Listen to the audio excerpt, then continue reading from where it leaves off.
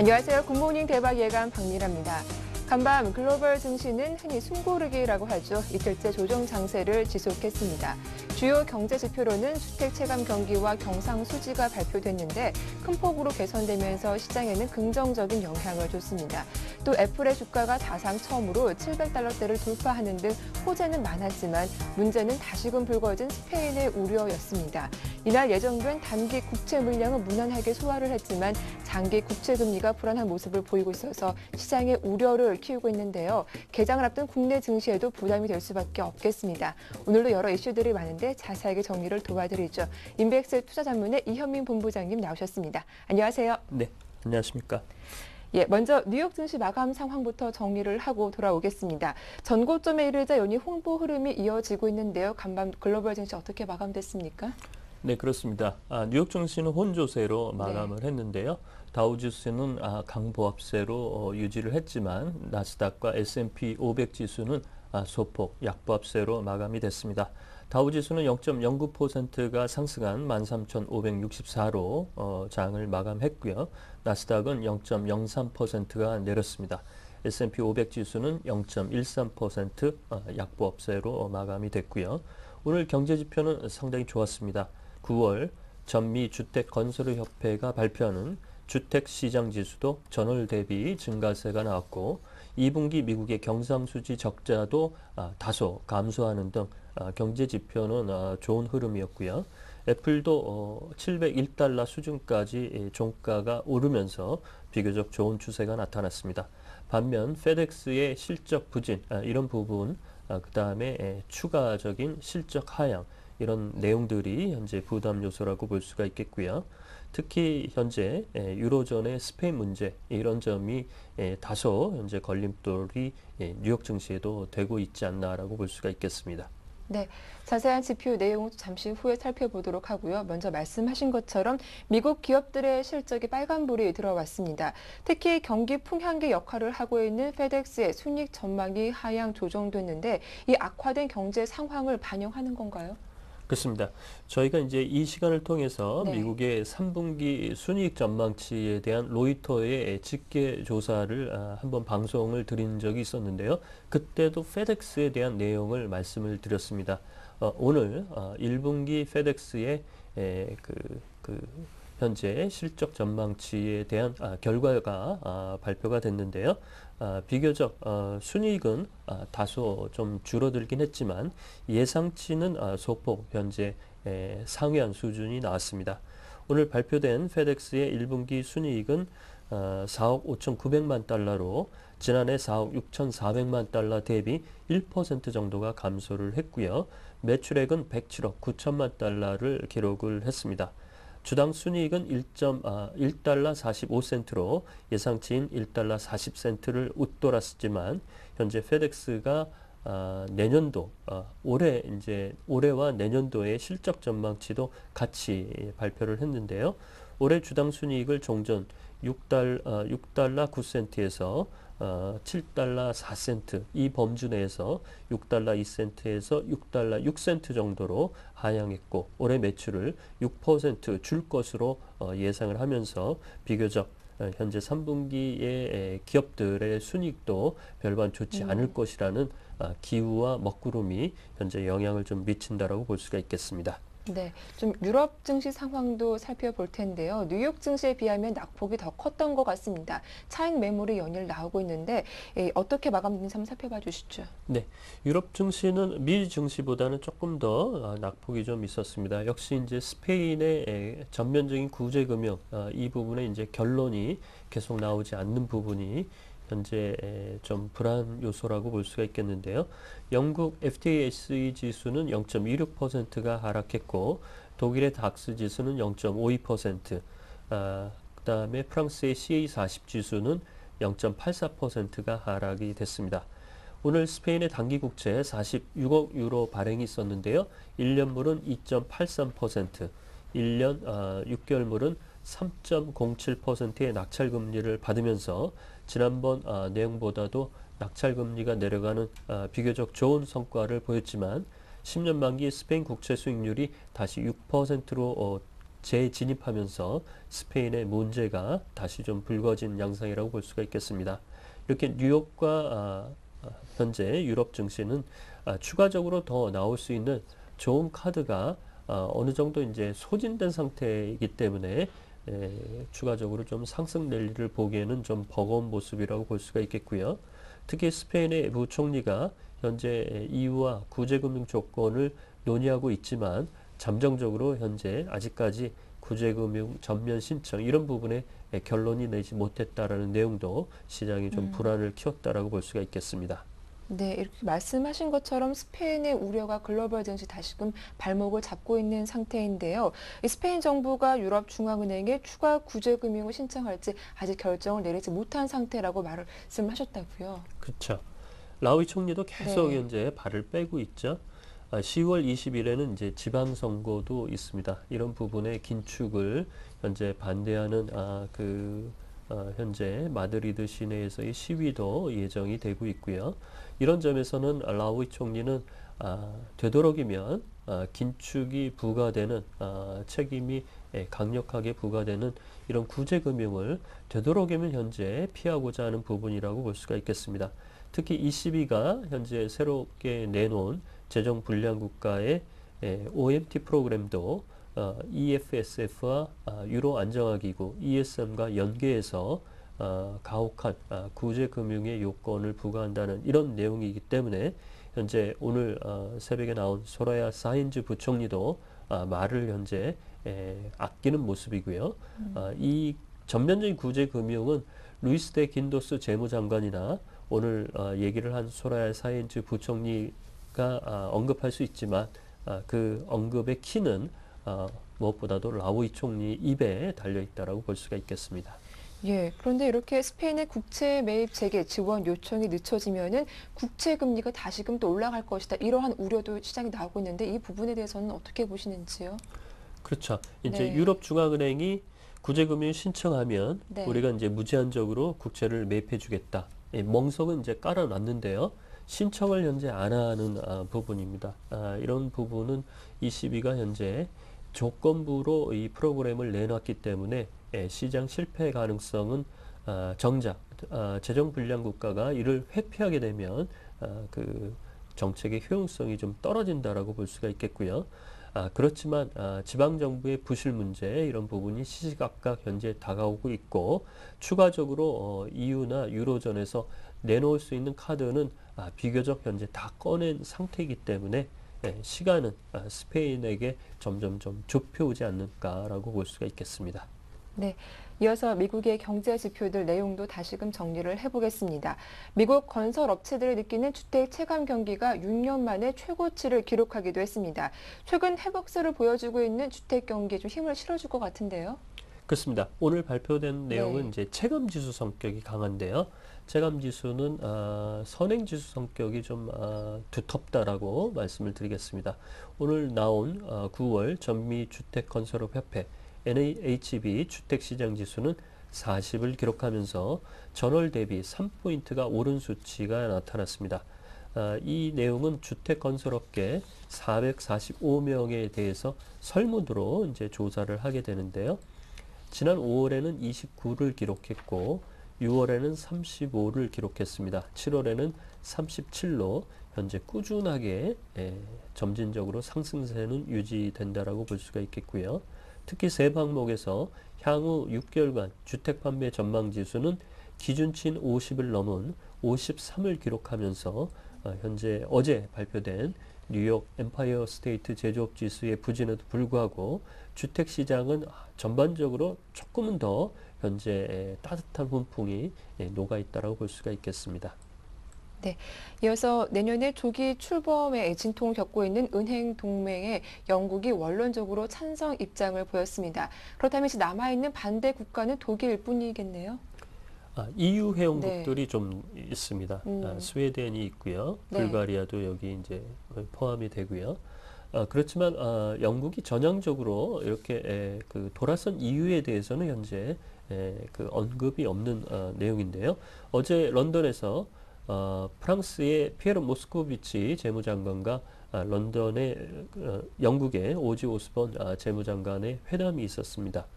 영국 재무장관이 은행 동맹 뱅킹 유니언을 지지하겠다라고 기존의 입장을 번복을 했는데요. 현재 은행 관할권의 범위를 놓고 25개 은행이냐 아니면 6천 개 은행이냐 이런 부분에서 현재 논란이 좀 큰데요. 현재 EU 회원국 중에는 앞서 말씀드린 대로 영국이 반대 입장에서 현재 조금 전향적 자세로 돌아섰고 불가리아와 스웨덴, 폴란드는 아직 기존적으로는 반대 입장을 가져가고 있습니다. 따라서 메르켈 총리가 새벽에 은행 동맹이 내년 초에 물리적으로 출범하기는 좀 어려울 것으로 보이고 있어서 아직까지는 좀 난산의 형태를 띈다라고 볼 수가 있겠습니다. 네, 이어서 신용평가기관인 피치사가 중국과 일본의 갈등이 지속될 경우 일본 기업들의 신용 등급을 하향 조정하겠다 이런 경고를 했다고 해요. 그렇습니다. 이게 이제 언제 끝날지 네. 예측하기가 굉장히 불확실하니까요.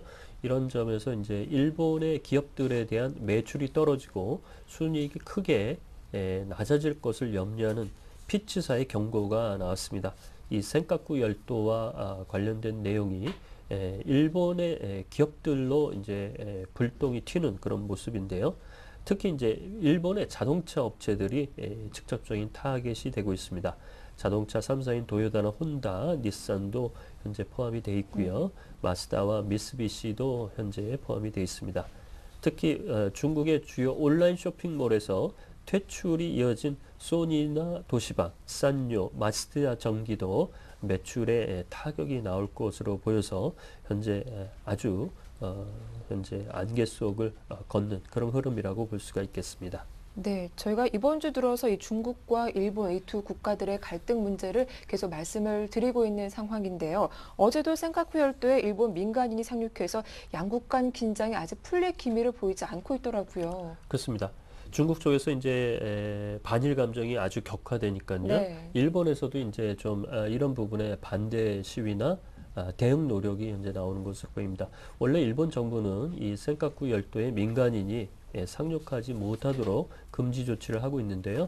어제 이제 그 좀 강성 기류의 민간인 일본 민간인 2명이 센카쿠 열도에 상륙을 했습니다. 이런 부분도 이제 중국을 좀 자극한다라고 볼 수가 있겠고요. 어제 일본 소재 후쿠오카 중국 영사간에 연막탄 투척 사고가 있었습니다. 이런 부분에서는 물리적인 시위가 일본에서도 이제 나오기 시작했다라고 볼 수가 있겠고요. 중국 정부도 일본에 체류하고 있는 중국인들의 그 안전보호 이런 부분을 일본 정부에 정식으로 요청을 했고 어제부터 미국의 리언 페네타 국방장관이 들어가서 양광래 중국 국방부 부장과 면담을 하고 있고 오늘은 시진핑 부총리를 면담할 예정입니다. 미국이 중재 노력을 얼마나 그 성과를 거둘 수 있을지가 현재 미지수라고 볼 수가 있겠습니다. 네, 끝으로 오늘은 일본 중앙은행의 금융통화위원회 마지막 날인데요. 추가 양적 완화 카드를 꺼낼 가능성 어느 정도로 보시나요?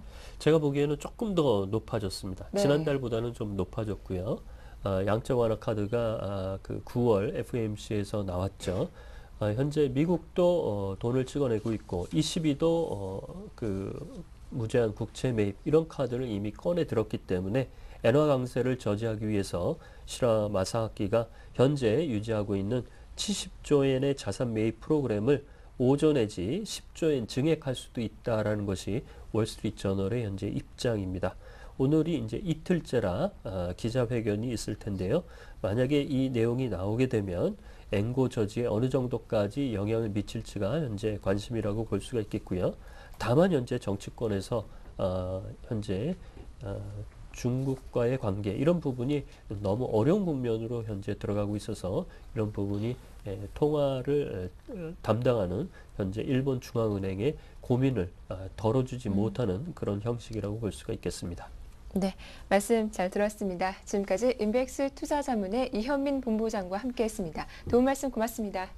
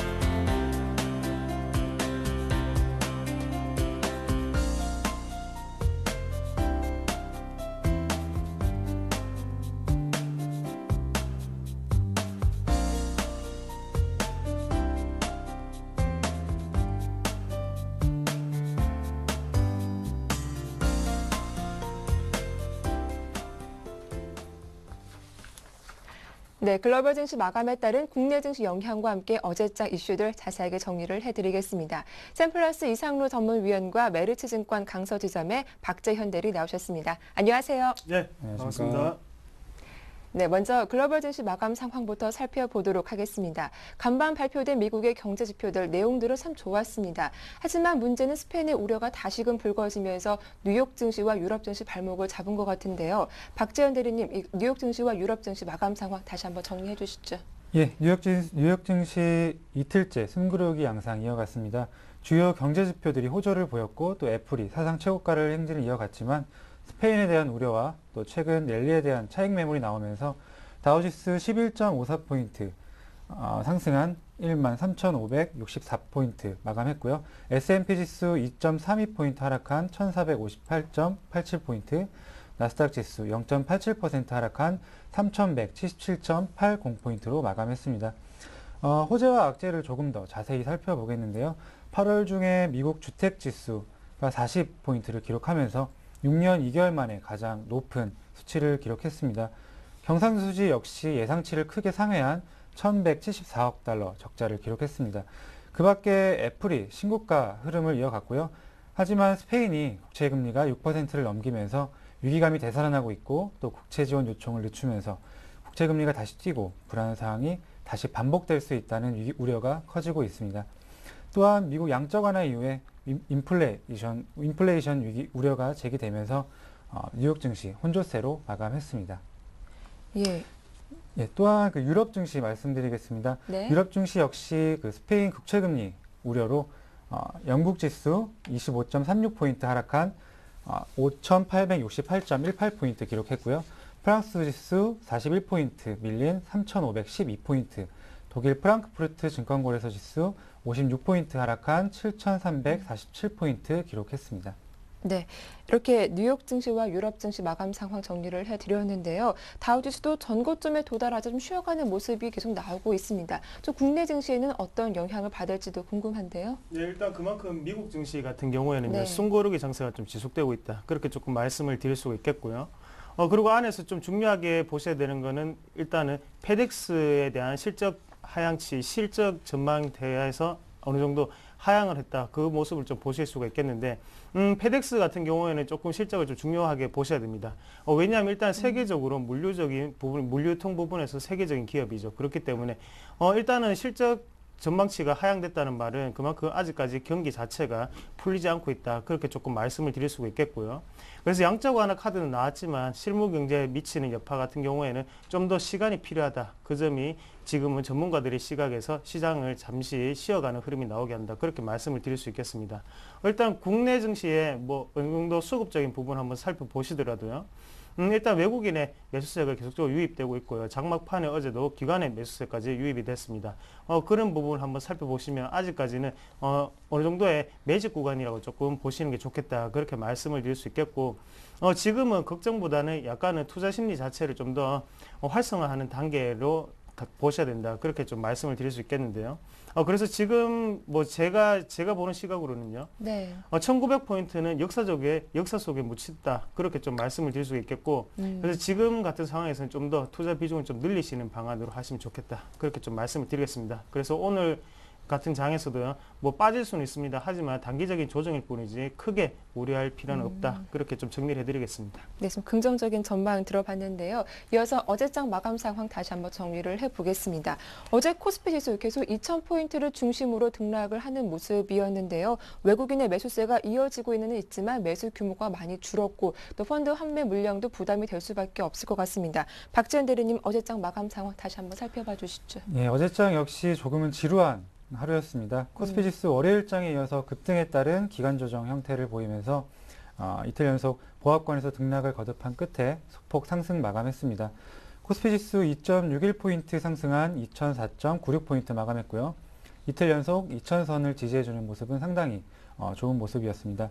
수급적인 측면을 보시게 되면 개인이 424억 매도, 외국인이 480억 순매수하면서 외국인은 매수 흐름을 계속 이어가는 모습을 보여줬고요. 기관이 38억 순매수하면서 지수는 상승 마감했습니다. 하지만 한편으로 양적 완화 발표 이후 상대적으로 소외됐던 코스닥 지수는 기관이 다시 순매수세로 돌아서면서 4.52포인트, 0.87% 상승한 523.52포인트 마감했습니다. 기관이 161억 순매수하면서 다시 개별 종목 장세가 돌아서는 게 아닌가 하는 모습이 연출되었는데요. 반면에 개인이 50억 매도, 외국인이 105억 매도하면서 지수는 상승 마감했습니다. 지수는 모두 상승 마감했지만 아마 Q3를 기대하셨던 투자자분들한테는 상당히 실망스러운 한 주가 될 수 있을 것 같습니다. 하지만 이런 흐름을 걱정하신다기보다는 급등 후에 나타나는 어떤 숨고르기 현상이라고 보시면 좋을 것 같고요. 사실 달리는 말에 올라타는 거는 쉽지 않죠. 달리는 말에 네. 올라타는 건 쉽지 않기 때문에 조금 쉬어갈 때 한번 올라타는 것도 좋은 투자 전략이라고 생각됩니다. 사실 이번에 연준에서 발표한 QE3 같은 경우는 사실 굉장히 강력한 정책이기 때문에 지금 이 상황을 QE3에 대한 그런 재료 소멸이라고 보시기보다는 어느 정도 안도랠리 관점에서 보시고 QE3 수혜주를 중심으로 조금 더 이제 주식 비중을 늘려가시는 전략이 필요할 것이라고 생각됩니다. 네. 자, 그렇다면 어제장에서 업종별 흐름은 어땠는지도 궁금한데요. 어느 업종이 좀 강했고 약했는지도 살펴봐 주시죠. 어제장 종이목재, 비금속, 증권, 전기가스, 의약품, 의료, 음식료 업종이 1%대 상승을 보였습니다. 이 업종들 중에서는 음식료 업종과 증권 업종이 상승이 눈에 띄었는데요. Q3 이후에 상승하지 못했던 음식료 업종이 중국 명절 기간 매출 증가 모멘텀과 곡물가 조정에 따른 마진 개선 기대로 오리온, 빙그레, CJ제일제당 등 음식료 기업들이 강세를 나타냈습니다. 또한 Q3 이후에 거래대금 증가에 따른 실적 수혜 예상으로 증권주도, 키움증권, KTB투자증권 등의 증권주도 상승 마감했습니다. 약세 업종으로는 의료정밀, 기계, 건설업 등의 업종이 하락 마감했는데요. 특징적으로는 건설주가 최근 상승에 따른 기관의 차익 매물로 인해서 현대건설, GS건설 등 업종 대표 건설주가 하락 마감했습니다. 네, 이렇게 업종별 흐름 살펴봤습니다. 그렇다면 이 가운데 눈여겨볼 만한 종목이 있다면 어떤 종목이 있는지 이상로 전문위원님 살펴봐 주시죠. 네, 뭐 크게 오르는 종목 같은 경우에는 없었고요. 그래서 네. 안에서 좀 눈여겨보셔야 되는 종목군 같은 경우에는 한국가스공사를 조금 말씀을 드리겠습니다. 일단 한국가스공사 같은 경우에는 세계적으로 지금 어느 정도의 세일가스 붐이 좀 일어나고 있죠. 그만큼 신재생 에너지에 대해서 어느 정도의 관심도가 조금 높아지고 있다. 그렇게 좀 정리를 해드릴 수가 있겠고요. 그래서 정부에서도 얼마 전에 신성장 사업으로 세일가스에 대한 어느 정도의 계획을 발표를 했습니다. 그런 부분 자체가 지금은 한국가스공사를 좀 더 추가적인 상승 여력을 나타내고 있다. 그렇게 좀 정리를 해드릴 수가 있겠고, 같이 차트를 보면서 한번 분석을 한번 해보면요. 일단은 제가 주봉상으로 보면서 조금 말씀을 드려야 될 것 같은데요. 지금 같은 경우에는 어느 정도 좀 추세 자체가 상당히 센 추세로 바뀌었죠. 그만큼 강한 상승을 조금 동반하고 있는 상태고요. 그래서 각도상으로 한번 보시더라도 지금 추세 자체를 조금 넘어서는 흐름이 나타나고 있습니다.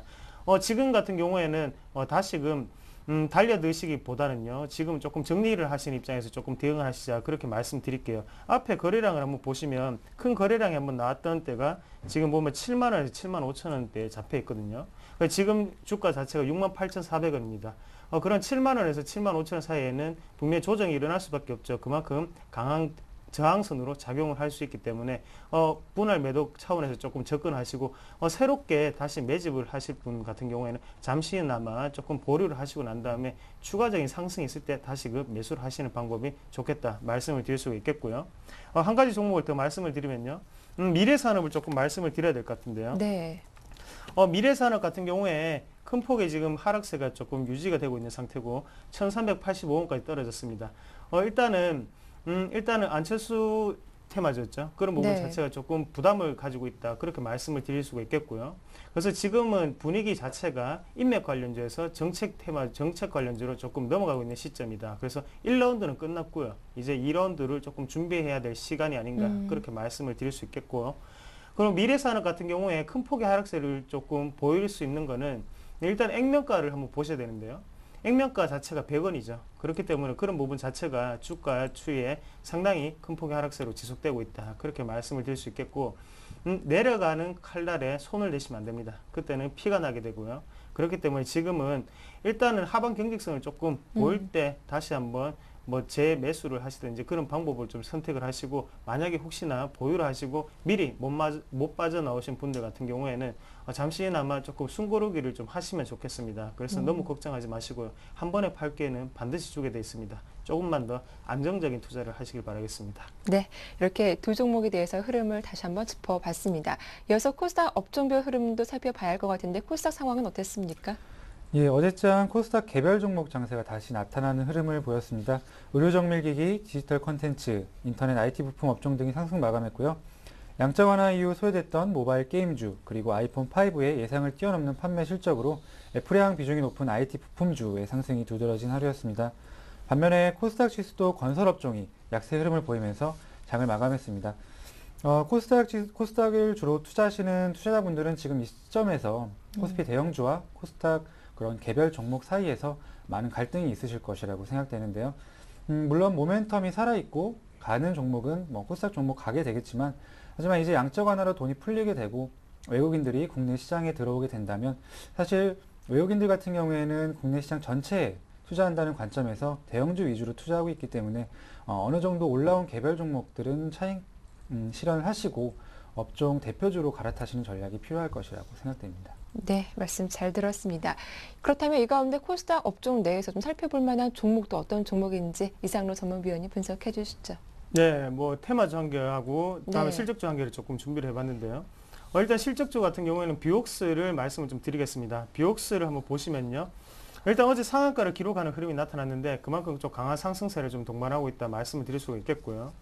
그래서 지금 보시면 왜 이렇게 오르느냐 한번 보시면 일단 헬스케어 관련주죠. 그리고 엑스레이 부품을 좀 만드는 회사인데요. 거기에 대해서 지금 점유율 자체가 60%를 넘고 있습니다. 그런 기업들을 우리가 흔히 과점 기업이라고 하는데 그만큼 매출 자체가 상당히 뛰어나게 나오고 있다. 그렇게 말씀을 드릴 수가 있겠고 주가를 움직이는 원동력은 매출이 아닌가 그렇게 좀 말씀을 드리겠습니다.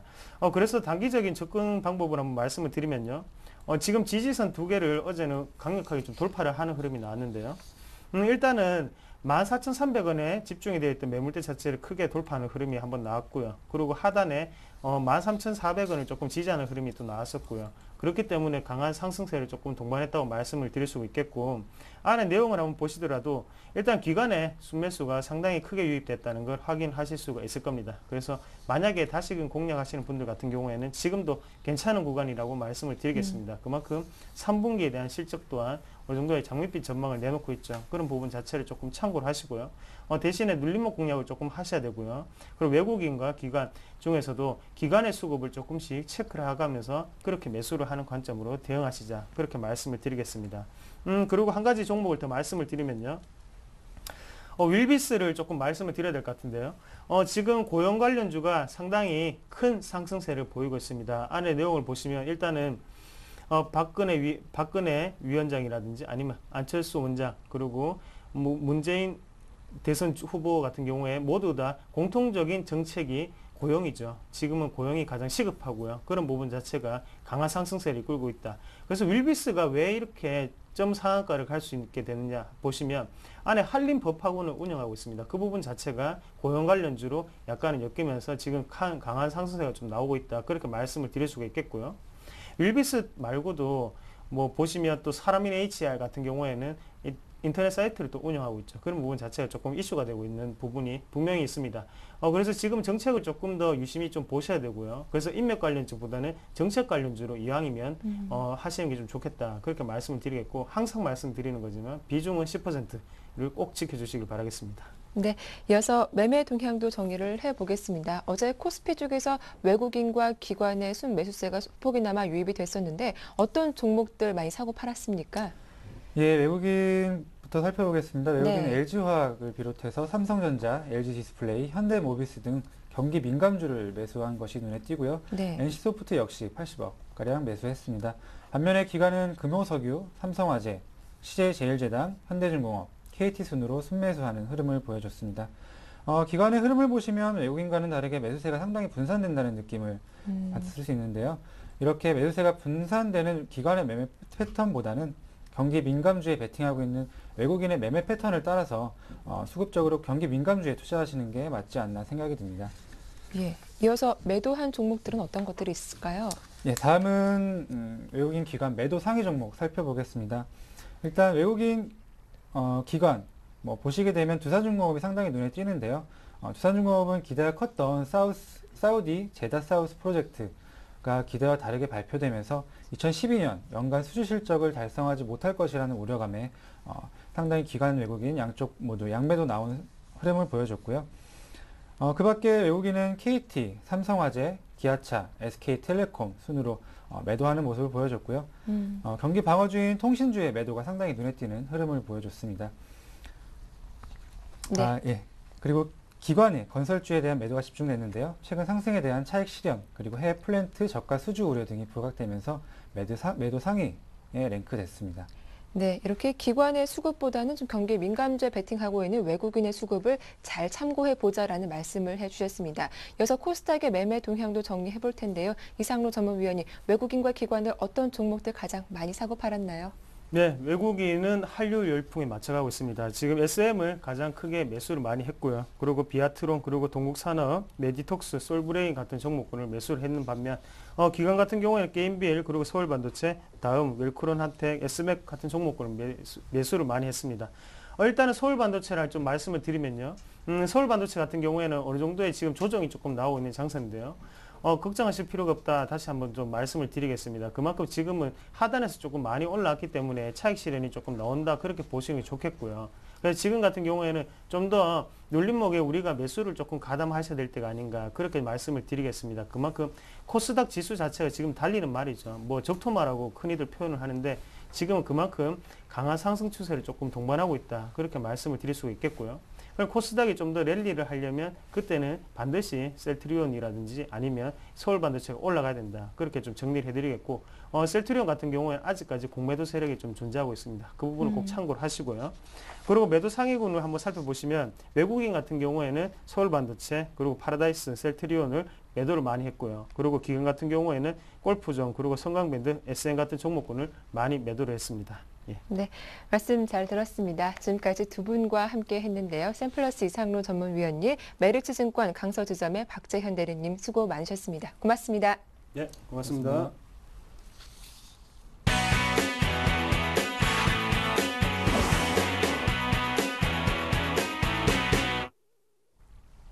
네, 어제 장에서 이슈가 됐던 종목을 찾아보고 자세한 매매 전략도 들어보도록 하겠습니다. 샘플러스 김현근 전문위원님 만나보죠. 안녕하세요. 네, 안녕하세요. 예, 어제도 코스피는 지루한 횡보 흐름이 이어졌습니다. 그 가운데 눈여겨볼 만한 종목 있다면 어떤 종목일까요? 예, 그렇습니다. 어제도 그 승부르기 강세가 진행이 계속 되고 있는데 연말에 가입자 증가 전망으로 좀 상승을 한 그러한 종목 스카이라이프라는 종목을 좀 점검해 보도록 하겠습니다.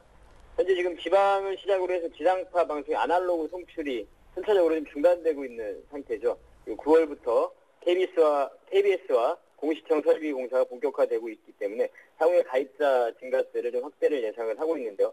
전년말 MS를 좀 보자면 약 15% 정도였었는데요. 공동주택 같은 경우에 MS 같은 경우는 8% 정도에 좀 불과한 상태였죠.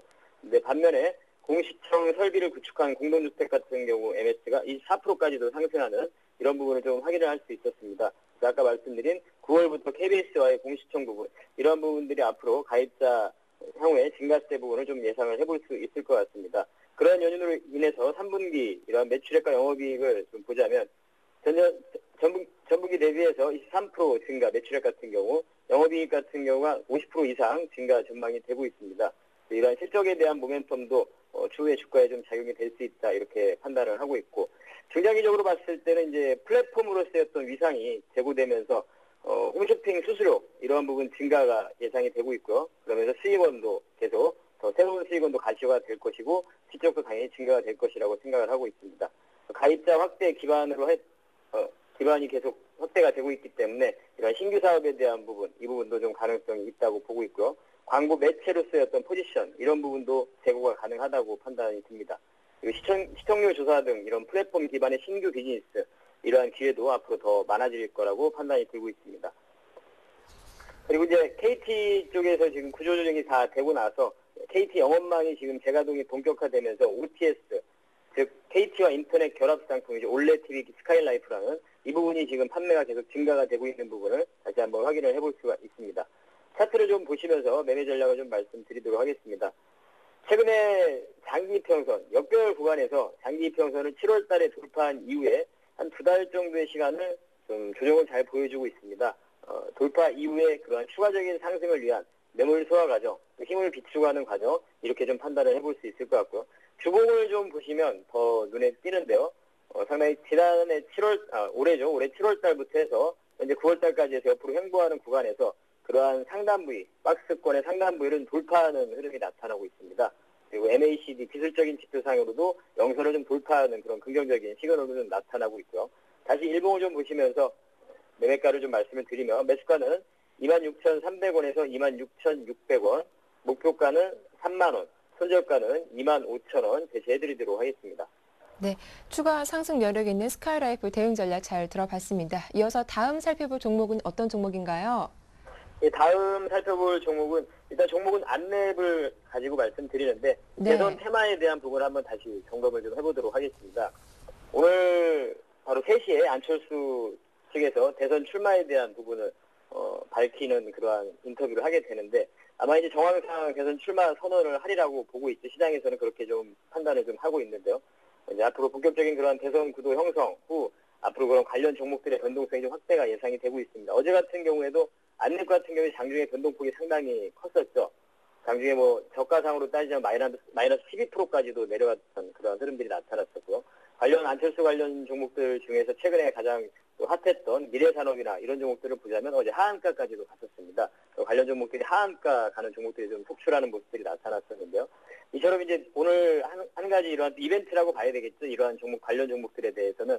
대신에 이제 우리가 이러한 부분을 좀 생각을 해봐야 되겠죠. 테마주의 흐름이라는 거. 제가 이제 대선 테마를 말씀드릴 때 항상 일자리 관련 테마를 말씀드리고 또 노인 복지 테마 이쪽을 말씀드리고 했던 이유는 인물 관련 쪽에서 이런 변동성이라든가 어떤 직접적인 연관이 없는 좀 비합리적인 이러한 연유로 인해서 변동성이 상당히 크게 나타나기 때문에 이러한 쪽에 좀 투자는 좀 자제를 좀 시켜드렸었는데 그래서 정책적인 부분으로 지금도 마찬가지죠. 정책적인 관련 일자리 관련 쪽도 지금 막 상한가를 가고 그런 흐름들이 나타나고 있는데 이런 식으로 이제 그런 정책 관련해서 좀 흐름이 더 관심을 가질 필요가 있다고 생각을 하고 이런 인물 관련한 종목들도 분명히 오늘 그 발표를 하게 되면 변동성이 또 다시 나타나게 될 겁니다. 그러면서 대신에 생각해야 되는 부분은 앞으로 그런 안철수의 어떤 대선 출마 기대감으로 주가가 많이 움직였다는 거죠. 그러한 기대감은 이제 사라지게 되는 거죠. 이미 출마를 선언하게 된다면 그러한 한 가지 이유, 주가 상승의 명분이 좀 한 가지는 사라지게 되는 겁니다. 그래서 발표를 하고 나서 앞으로 추후에 이제는 본격적인 지지율 싸움이 되겠죠. 그래서 이러한 새누리당과의 이러한 지지율 싸움 부분, 지지율을 좀 확인하면서 좀 접근할 필요가 있다고 생각을 하고 여러분들이 예측을 하고 저 또한 마찬가지고요. 예측을 하고 우리가 대응할 수 있는 이러한 섹터는 아니기 때문에 분명히 기준을 가지고 철저하게 눈으로 대응할 것을 말씀드리면서 안철수 관련 테마주 이쪽도 뭐 관심을 가질 수는 있다. 이렇게 좀 정리를 해드리도록 하겠습니다. 네, 말씀 잘 들었습니다. 고맙습니다. 예, 감사합니다. 지금까지 샘플러스 김형근 전문위원과 함께했습니다.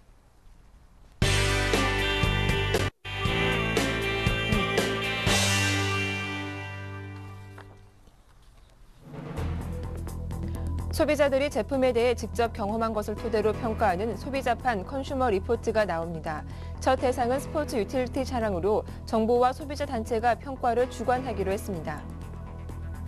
SK이노베이션은 내년까지 배터리 서산 공장의 생산 규모를 지금의 2배 수준으로 확장하고 앞으로 전기차 15만 대 공급할 수 있는 수준인 3기가와트 규모로 양산 체제를 확대할 계획입니다. 프랑스 외신 보도에 따르면 라프마 그룹은 한국의 이랜드 측으로부터 라프마 본사 인수에 관심이 있다는 제안을 받았다고 발표했습니다. 이마트가 고객 1,000명을 대상으로 설문조사를 실시한 결과 응답자 중 30%가 과일 세트를 선물하고 싶다고 답해 1위에 올랐습니다. 받고 싶은 선물은 상품권, 주고 싶은 선물은 과일 세트가 첫 손에 꼽혔습니다. 이슈앤이슈 오늘 순서는 서울경제신문 생활산업부의 조성진 기자와 함께하겠습니다. 안녕하세요. 안녕하세요.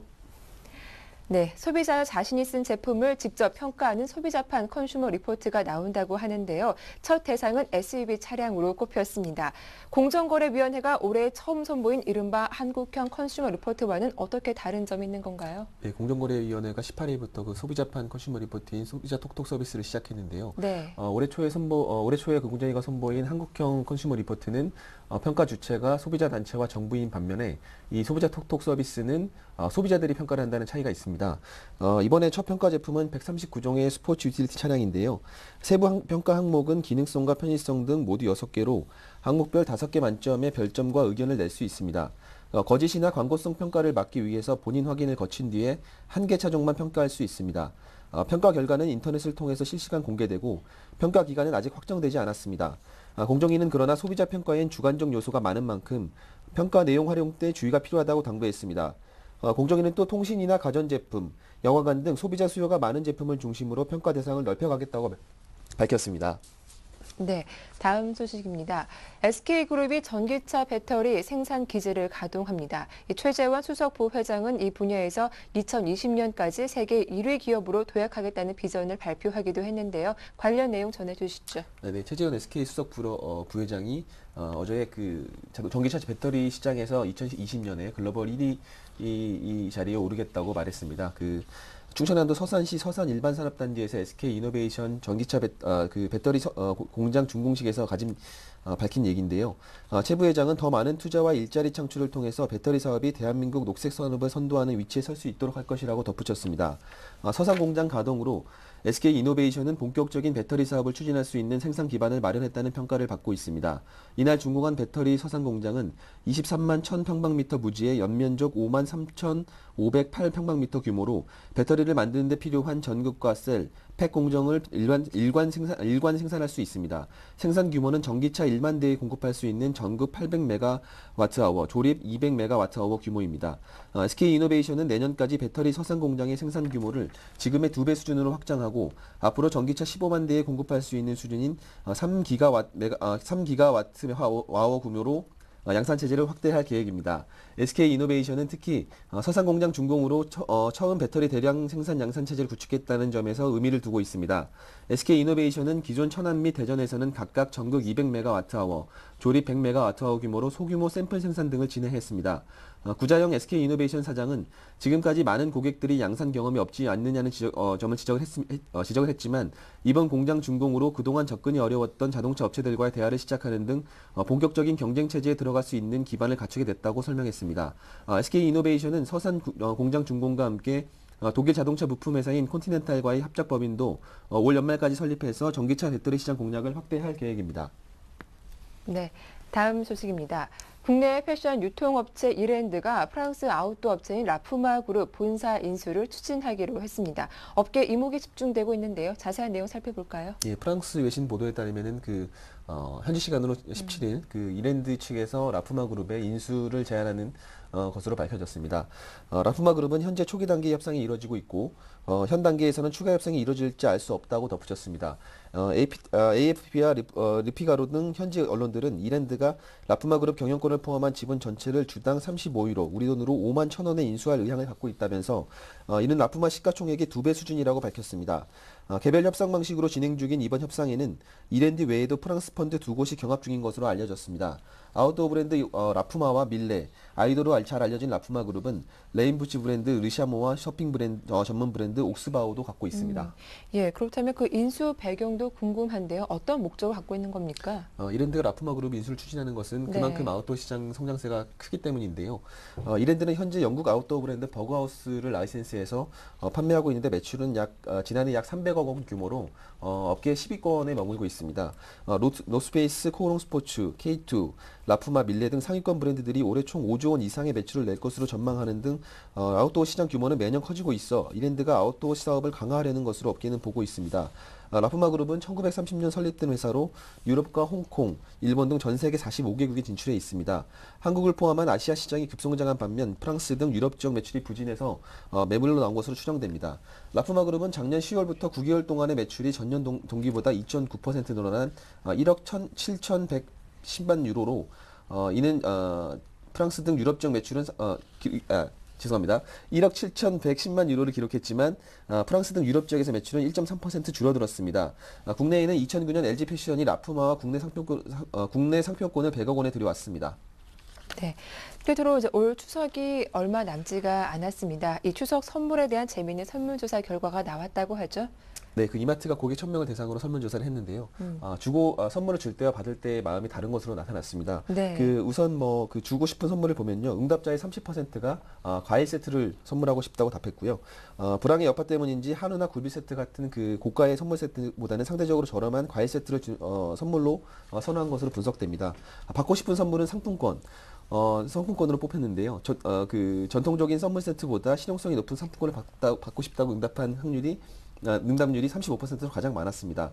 이어서 한우, 갈비 세트, 그리고 과일의 순이었습니다. 선물 구입 장소로는 대형마트를 꼽은 응답이 67%에 달했고, 총 선물 비용은 20만 원에서 30만 원이 전체 24%로 가장 많았습니다. 선물 한 개당 선호 가격대는 3만 원에서 5만 원으로 5만 원이 67%로 압도적이었습니다. 집에서 추석을 보내겠다는 응답자가 43%로 많았고, 기왕하겠다는 응답자는 41%에 그쳤습니다. 받고 싶은 선물은 상품권, 주고 싶은 선물은 과일 세트인 걸로 봐서 이게 선물에 오갈 때 선호도가 좀 차이가 있는 것으로 조사가 됐습니다. 네, 말씀 잘 들었습니다. 지금까지 서울경제신문 생활산업부의 조성진 기자와 함께했습니다. 도움 말씀 고맙습니다. 네, 수고하셨습니다.